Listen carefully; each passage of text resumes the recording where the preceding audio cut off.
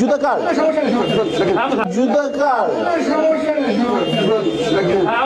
একটা মানুষ কতটা বিনয়ী হইতে পারে না ভাই, আপনি খালি একটু চিন্তা করিয়ে দেখেন। আপনারা অনেকেই জানেন যে কয়েকদিন আগে বরিশালে আইছিল মিশা সওদাগর দেওয়ান ফার্নিচারের ওপেনিং উপলক্ষে। তো নিচে ফিতে টিতে কাটিয়ে দোতলায় উঠতে আসলে শোরুম ভিজিটের লগে। তো ওটার সময় সামনে সাংবাদিকরা যাইতেছিল, তো অনেক লোকজন আর কি, ভিড়ভাট্টা ছিল আর কি। তো এই ভিড়ভাট্টার ফাঁকে একটা লোকের, একজন সাংবাদিকের জুতা খুললে পড়ে যায় এবং সেই জুতাটা সে নিজে হাতে ধরিয়া ডাক দেয় যে আসলে এই জুতাটা কার, এবং তার কাছে দেয়। তিনি আসলে যত বড় মাপের মানুষ ঠিক ততটাই বিনয়ী, এবং এই যে মানে মানুষ বড় হইলে যে বিনয়ী হইতে হয় এই দীক্ষাটা আসলে তার কাছ থেকে পাইলাম। আমি একটা প্রশ্ন করতে চাইছিলাম তারে যে আপনি যে এত জনপ্রিয় একজন মানুষ এবং মানে দীর্ঘদিন ধরে আপনি খলনায়কের চরিত্রে অভিনয় করতেছেন এবং আপনি জনপ্রিয়তা ধইরা রাখছেন, মানে ধইরা রাখার রহস্যটা কি?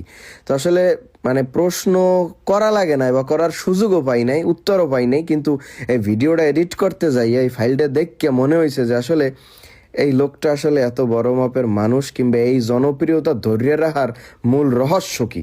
মূল রহস্য হইতেছে বিনয়ী হওয়া।